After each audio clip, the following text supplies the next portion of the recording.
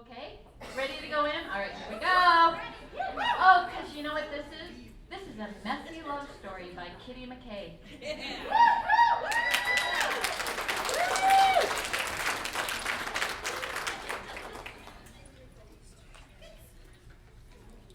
Oh, one moment, please. The clicker needs to be activated by my fabulous Vanna here.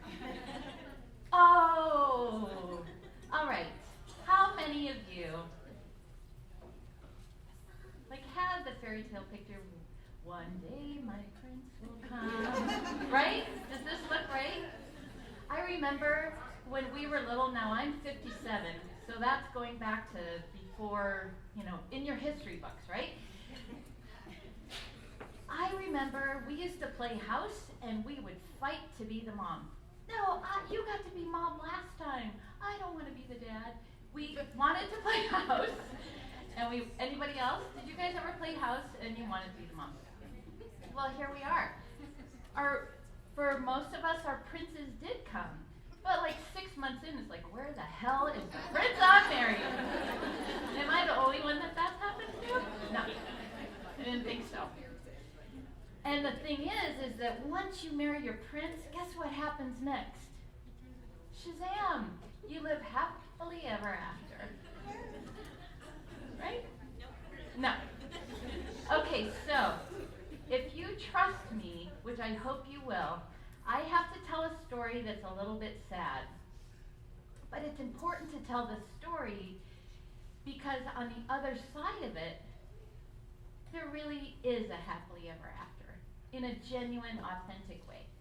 So if you're willing, we're going to just start with my little family. Oh, they're so cute, right? So, on the left here, you see Robbie McKay in the dashing hat. That was a Father's Day picture he took. We had restaurants, and we had 2 restaurants and full-service catering, and we worked 16 hours a day, 7 days a week, and we loved what we were doing, but it was challenging because we had a little boy, Connor, but we took turns. And so either Dad was home or I was home, and we were doing all this stuff, and it was so cool. And then we got pregnant with our second baby. And the day she was to be born, she actually stopped moving inside of me. And it turns out that she had passed away in my belly. And we went to the hospital, and I said, okay, please do a C-section. And they're like, no, you have to deliver this baby. So it was really, really hard. And many of us in this room have had situations like this, and we know losing a child is about the worst thing you could imagine. But the thing is, about even the worst thing you could imagine is there's something on the other side that we don't know is to come as a result. So these restaurants were also how we paid the mortgage and everything else. So we named her Angel. I delivered Angel on Saturday, and by Tuesday, I was the cook.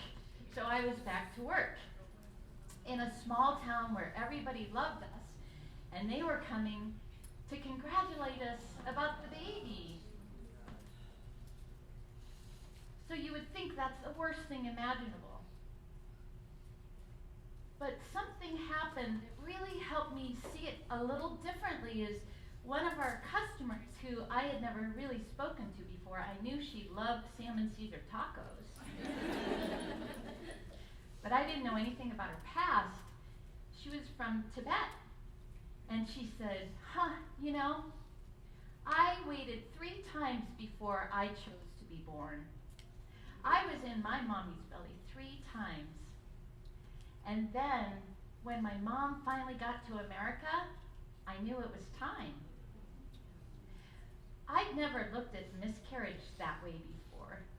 And we went on to have another little baby, Amelia Grace McKay, little Miss Sassy Pants there, who took over the whole world. And I swear, when I met her, I thought to myself, we weren't prepared to have her in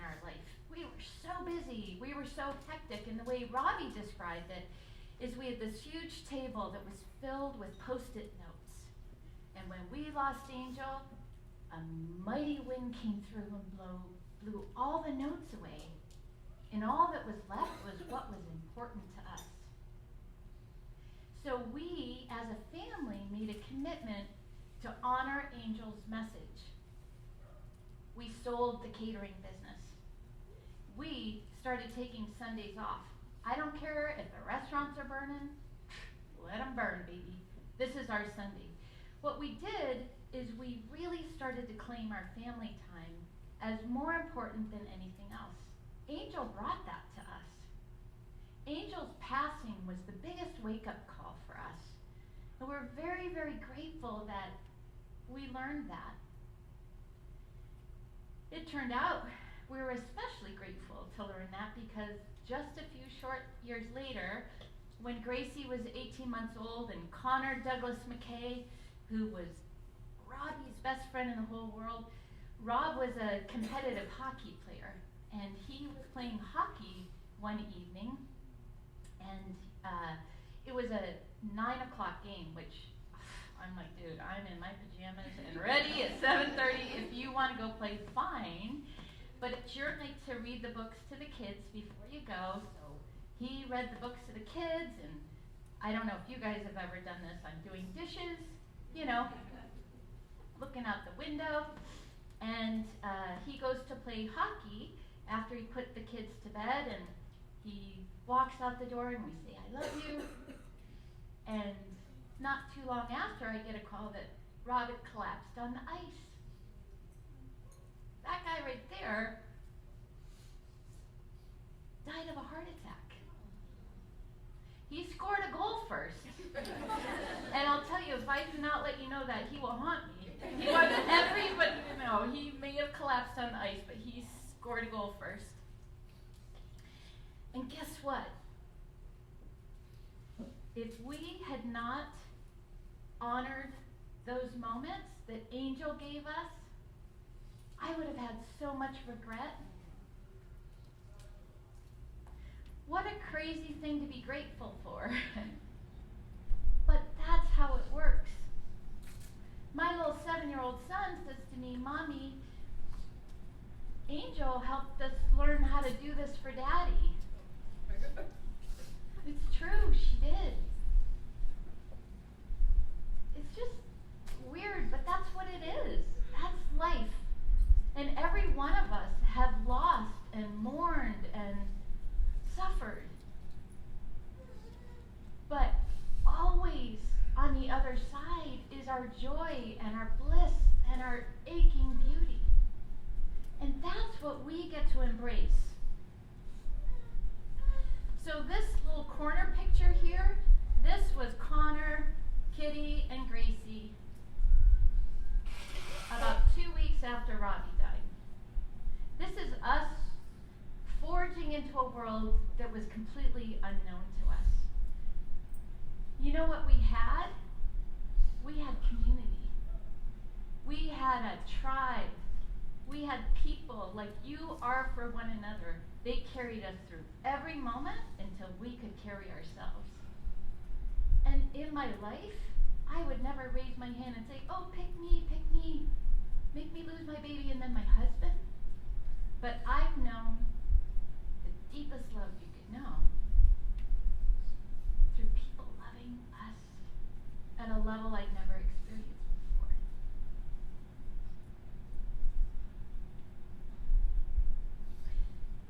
Which is really good because I lost my life partner, I lost my business partner, I lost my best friend, but the kids lost their daddy. And you know how much it hurts when your kids hurt. That continues to be the worst for me. I wish my dad never died from his heart attack. I also wish my mom and family will always be happy. This is my Gracie in 3rd grade. Their teacher, Mr. Georgie, asked them to write, if I could have one wish, I would wish for. And you know what? Her wish came true. One of my favorite things about what Grace wrote here is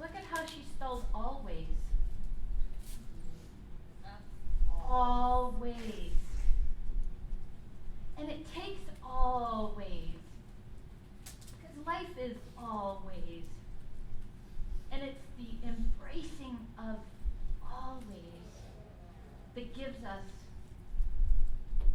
the contentment. So the thing is that,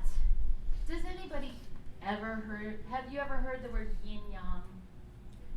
Black, white, happiness, sadness, robust, slender. We live in a life that is both of these things. Pardon me? Balance. Death and life and love and hate and, we can wish that it would just be slender, whatever. We can wish all we want, but that's not the planet that we live on.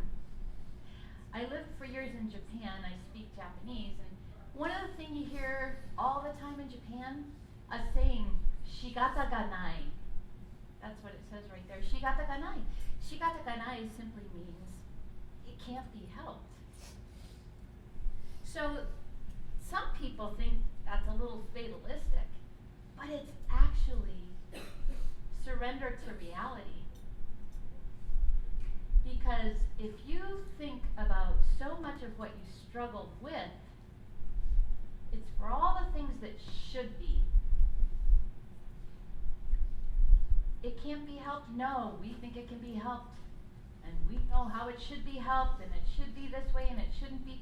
That's what causes us so much internal angst and struggle, is we're not taking in what is, we're trying to make it be a certain way, what it should be. But the reality is, the life we live on this planet, it is what it is. So embracing your is the path. So what I learned about finding happiness is two things. Love what is and stop acquiring what should be. All right, anybody in this room ever beat yourself up with shoulds? Yes, okay. Okay, almost the whole room. Today you're going to learn how to stop shoulding on yourself.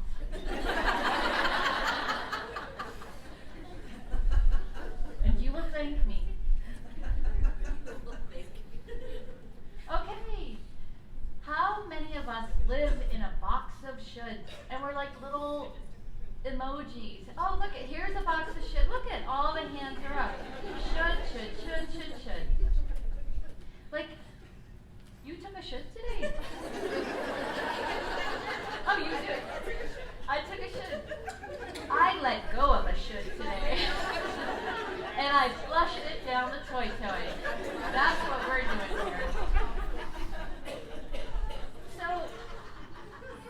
if you're living with your shoulds, driving the car, you're like two little yellow stuffed animals shoved into a box.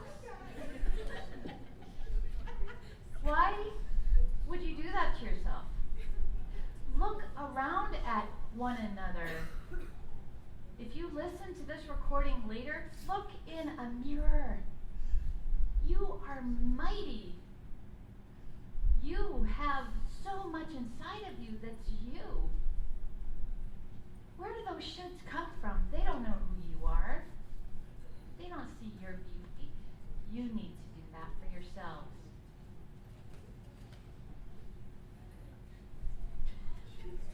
The struggle is real, right? So let's unpack this fairy tale, because the struggle is real. So when I talk to at-home moms, and you guys get to pipe up for any that I might have missed. When I talk to at-home moms, these are the things I hear them say. I feel judged as less than worthy in society's eyes. Anybody ever feel that? Yeah. Okay. Our money issues cause conflict. Oh, no one?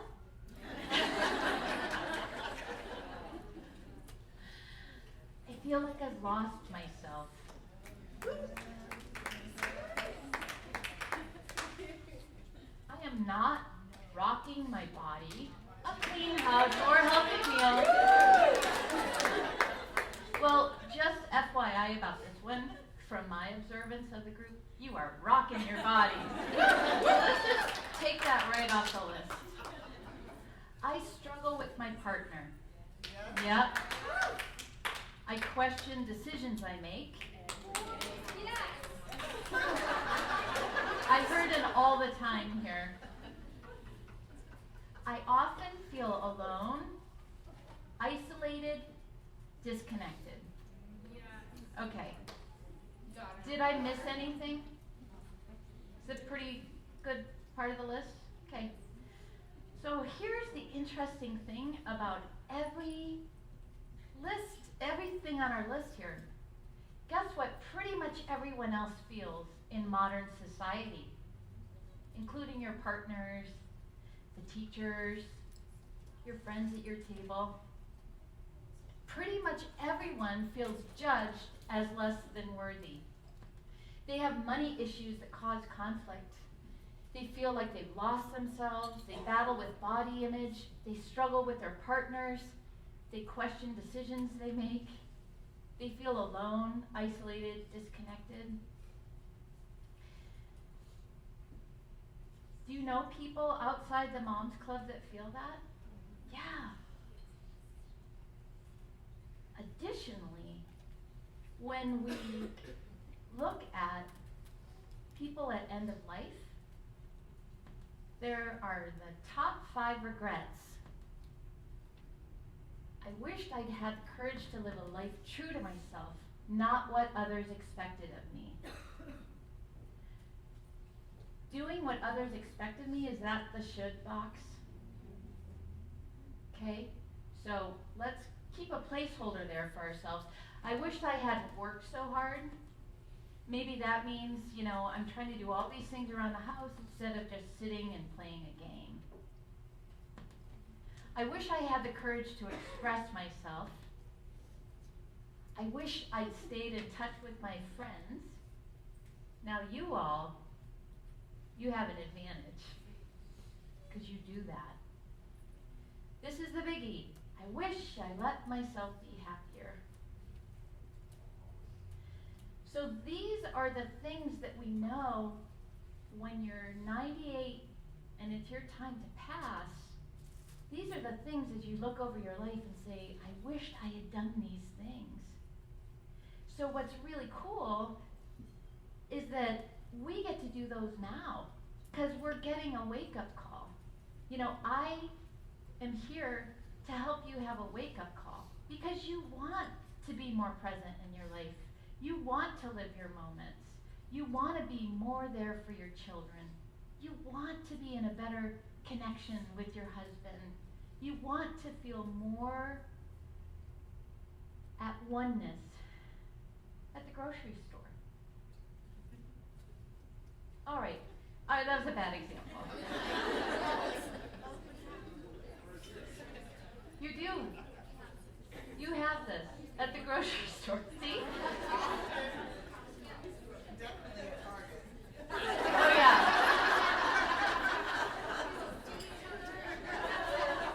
Nice. Yeah, and I do have to say Target is like its own, that's kind of like the spa retreat of shopping. Give me my cart. Yeah, it's everything. Okay, so if those are the top 5 regrets, and all of us are feeling the same way, we've got to kind of jar ourselves out of this, right? Does everybody want to leave with these regrets? No. Right. So would you like to kind of figure out a way that we could do it a little bit differently? Okay. Yes. We got you. I got you, sister. The first thing is to realize that life is messy, but you've got to really realize every single person in this room, you have 2 superpowers that many don't have. Are you ready? Yes. Bam.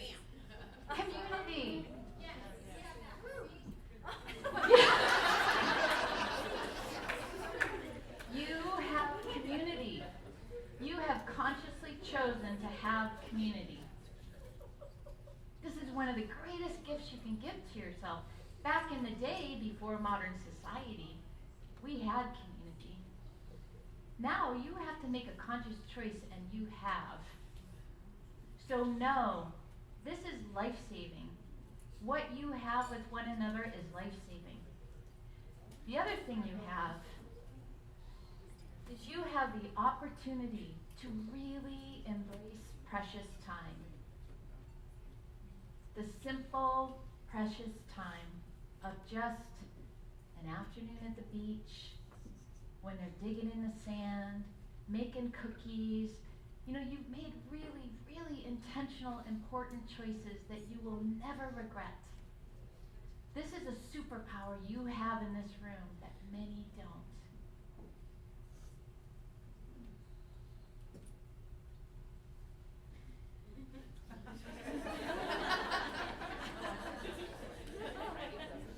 You can only imagine where this story is going, right? Okay. We talk a lot about our kids, and we may struggle some with our kids and have different phases and all this stuff, but for many of us in the room, and it doesn't even have to be your husband or wife or life partner, but we have relationships with adults that are sometimes challenging. Has anybody ever been challenged in their relationship with their husband, like again? Okay, a better question. Has anybody ever been arrested for homicide? No? Okay, then I think we got in just under the wire. But he better watch it. It could happen at any time. So yeah, they have to find the body first, she says. It's true. Okay, so this is why I need to tell this story, because this is something else I learned that was very powerful with Robbie's passing. It really woke me up. And it gave me a perspective that's going to help you with your partners. So Rob was creative and craftsman, and he built out our restaurants, and he was like so energetic, and he was the biggest absent-minded professor you could possibly imagine. So we were coming and going all the time because we had all these different restaurants, and he could not find his keys to save his life. Just not wired to, like, okay, haha, that's really funny. After a while, it's not so cute anymore. So we decided to get on top of it, and we put a key holder right by the garage. So you could actually walk in, hang your keys, and then go about your day. Yeah, I mean, these new technologies we have. How often do you think Rob did that? No, I mean, he was in this stream of consciousness and creating and all this stuff. So anyway, this one day we had a meeting, and I came into the kitchen, and I'm like, honey, you know, we have to leave in about five minutes. Are you ready? Yeah. So then I come back in 5 minutes. He was going to drive. I can't remember why my car wasn't there. Can't find the keys. Cannot find the keys. This was an important meeting, mind you, and so we're looking. Long story short, somehow, and I don't even know how this happened, we found the keys in the fridge. And I'm like, are you kidding me? Can you guess why they were there? Because he was drinking directly out of the orange juice container, which we had agreed is something we don't do in front of the kids. So when I walked into the kitchen, of course he had to hide all the evidence and accidentally left the keys there too. I was usually a pretty charming wife. I was kind of pissed. We drive to the meeting, and I didn't find it. I didn't find it charming. I'm like, come on, you're a grown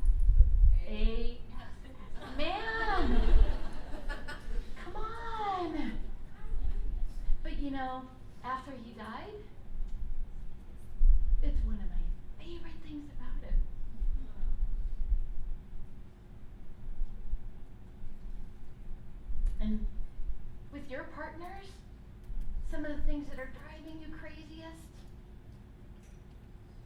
If they were gone tomorrow, oh my God, you would love that thing about them. And the thing is we're not promised anything except each moment that we have. And I mean, honestly, I don't feel bad that I was so grumpy in the car, because I'm not, what's her name? I'm not like I'm not an angel. Like, I'm human, man. Anybody would have been mad at that car. But now, I think, what moments could we have spent differently? Because I just, he shouldn't lose the keys. Well, you know what? He did. It was just how he was wired. So you need to start thinking in your own relationships, how much of what you crucify your partner for is how they're wired. And when you were dating, what you loved about them. Right? And when I talk to people, oftentimes they say one thing that sticks with them later when they do find themselves getting frustrated. You get to say, is this keys in the fridge? It's something you get to ask yourself and make a choice. Because now you're not just reacting, you're choosing. Like, my moments are important and I'm choosing this. So, how do I stay connected to those moments? Because that's all we have, right? How do I stay connected to those moments? In Asia, they know that just consciously being aware that every moment we have is borrowed time actually helps them really be alive and not waste time, right? So that's what we're talking about here. And some people say, oh, it's so morbid, I don't want to think that way. Well, would you rather start that thought process and come to life in your moments, or do you want to just keep wasting time as if it goes on forever and not really appreciating the beauty in your life and the beauty in your relationships? So you ask yourselves, what if? What if I was like Rob and today was my last day? I'd be more patient with my kids. I'd be nicer to the grocery checker.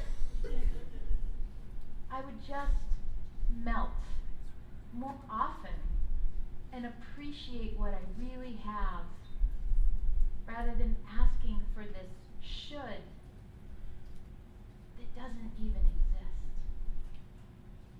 What if? It's the question we ask ourselves that really keeps us grounded in the moment. And then we can open up your little containers there, because inside you have a remember rock. It just helps you remember. It helps you remember the keys in the fridge. It helps you remember what you love about your partner. It helps you remember that your life, exactly as it is perfectly imperfect. So, if everybody would put that rock in their left hand, and some people put these on their windowsill where they do dishes a lot of times, some people put them in their pocket, some people hold the rock, some people put them in a place just that allows you to reconnect. But just everybody tightly hold that rock in your left hand. And if you could all sit up in your chairs and put your feet down right like this. Get your spines all straight.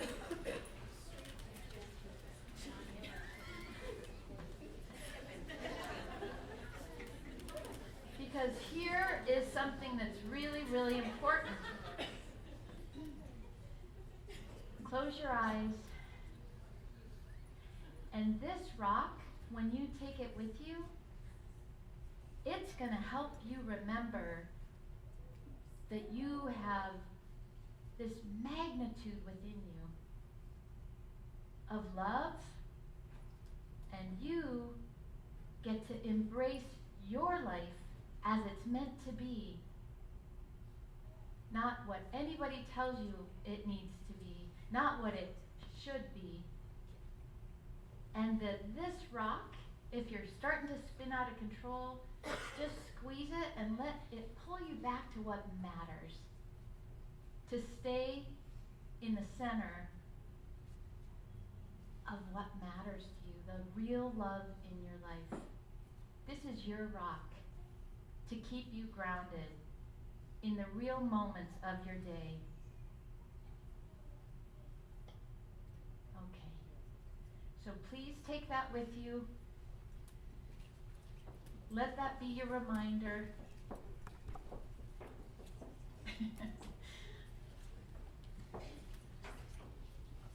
So, in my life, what happened, you remember this cute little family that 2003 is where we, interestingly, my little Gracie, everybody thought was a boy, and my little Connor, everybody thought was a girl.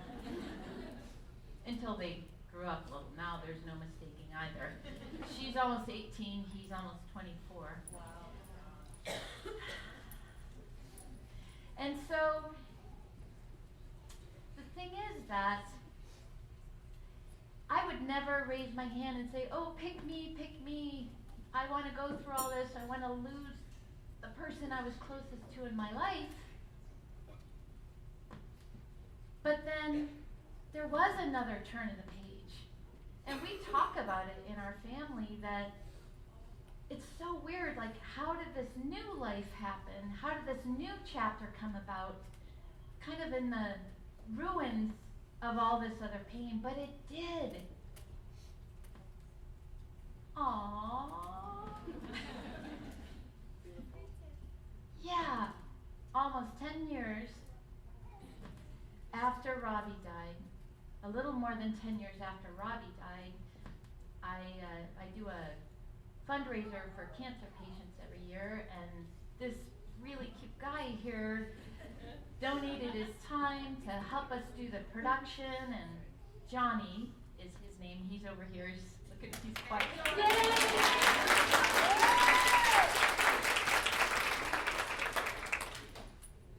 Talk about Shazam. And that Shazam is so big that Robbie McKay's family fell madly in love with him.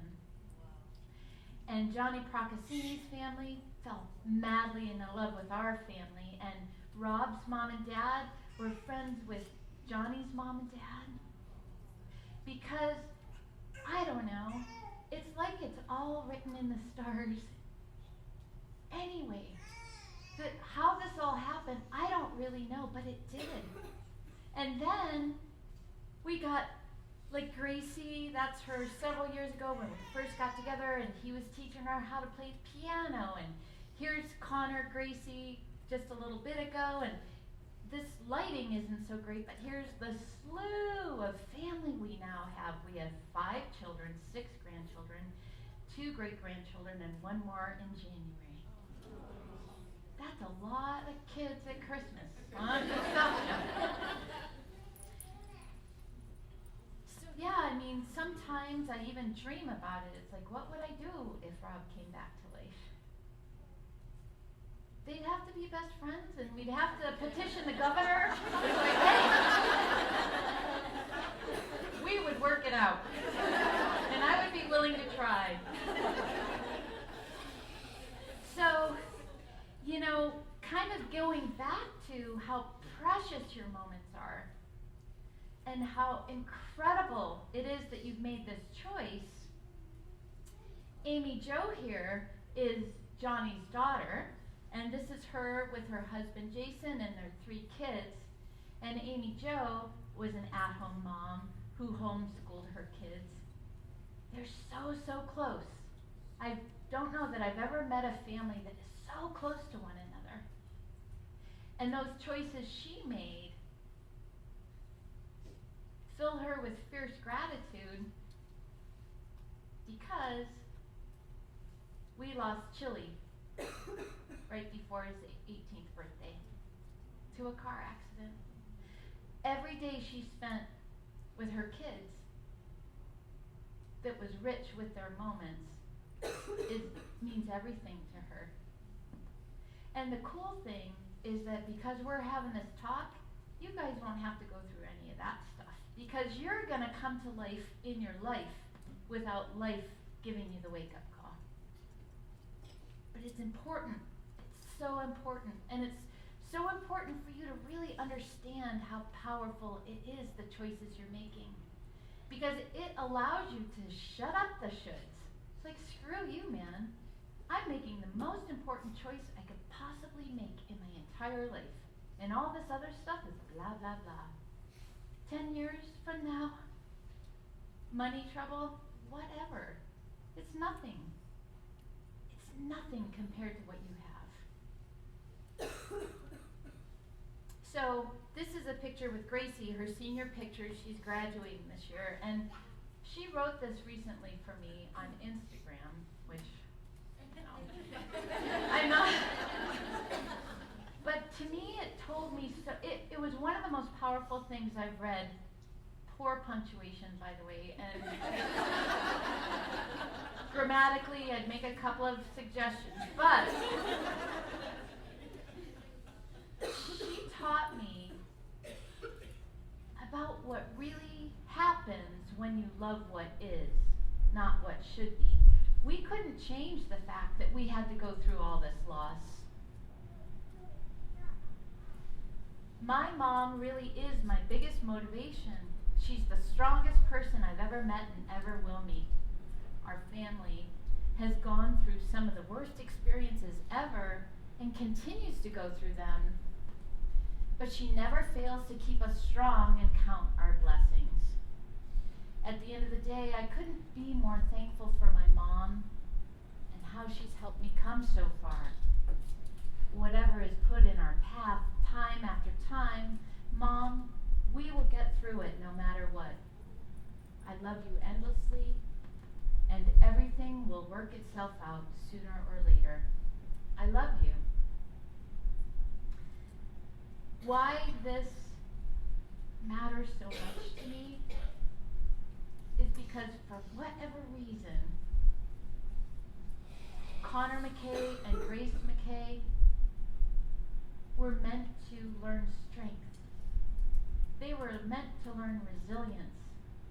They were meant to be able to handle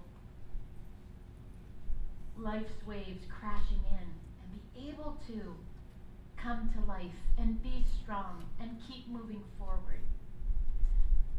Oh gosh, you are so cute. Hi, little Superman. Batman. Actually, you're a combination of superheroes. That's even better. Yes. That's a good thing.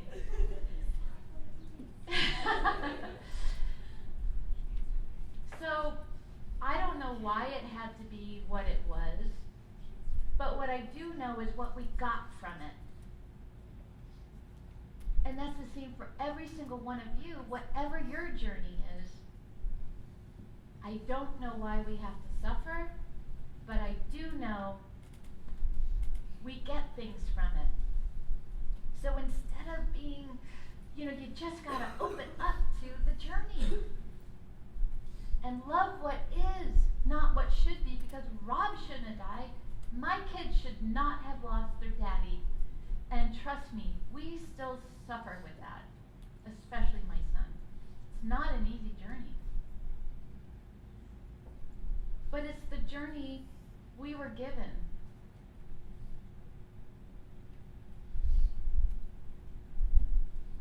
So we have to stop chasing happily ever after, like in this magical world of what should be. And we need to melt into what is. We need to melt into our perfectly imperfect life. And trust. Like, just trust.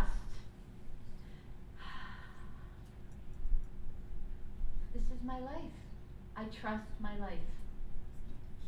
Even if I don't understand it or agree with it. Because there are times I'm like, okay, we need to talk, God. This is not working for me. So, write your own messy, exhausted, dinner's late again, achingly beautiful, authentic fairy tale. Please. Because tomorrow's just a promise.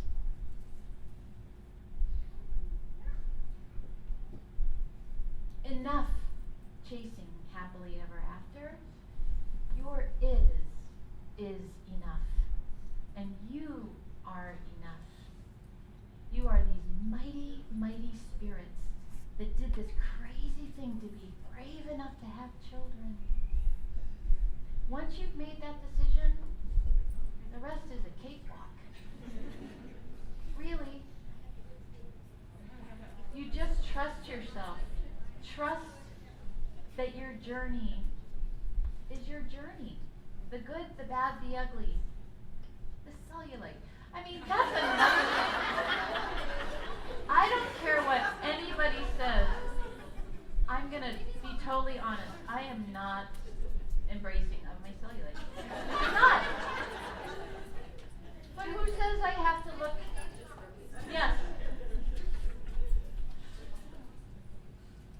So anyway, thank you so much for this opportunity. It's really filled my spirit to be in a room with you and what you're doing and the choices you're making and the richness you're bringing to the world through being amazing moms. And there's a little card in there if you want to stay connected. This will be recorded and available, and there's lots more cool stuff we do. But thank you so much for listening.